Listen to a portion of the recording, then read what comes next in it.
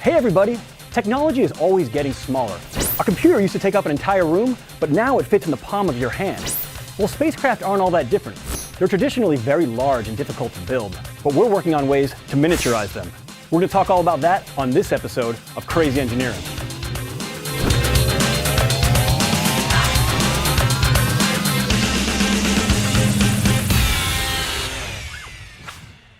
Hey everybody, we're here with Andy Klesch in one of JPL's smaller clean rooms. We're building CubeSats in here. Andy, what exactly is a CubeSat? A CubeSat is really just a standard for a small spacecraft, and we're talking a very small spacecraft, 10 by 10 by 10 centimeters at the smallest on here. And yet they go up to about 30 by 20 by 10 centimeters. And we've launched hundreds into low Earth orbit for the last 10, 15 years. So this really is in a big contrast to how we normally operate at JPL with our larger clean rooms and our larger spacecraft. It is. We're trying things a little bit different over here. It's much more rapid development, trying things out with 3D printing, and building things up a lot quicker because these missions are a lot smaller.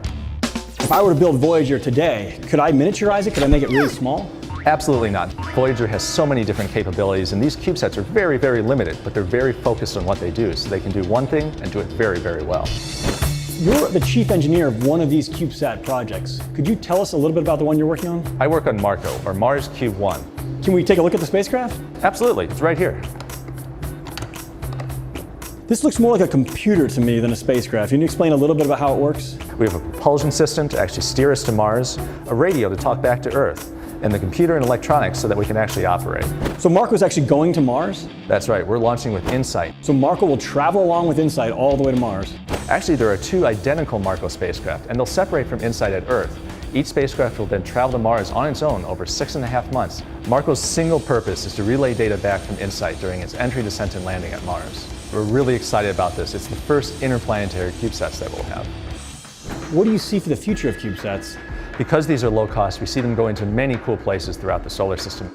We also see them working together, what we call fractionated space, where the spacecraft is really broken up into all individual instruments, each with a focused task. And together, they're performing the entire mission. We're hoping to see all kinds of new technology with CubeSats down the road. Andy, thank you so much for showing this to us. Hope you guys had a lot of fun learning about it. Check back soon for some more crazy engineering.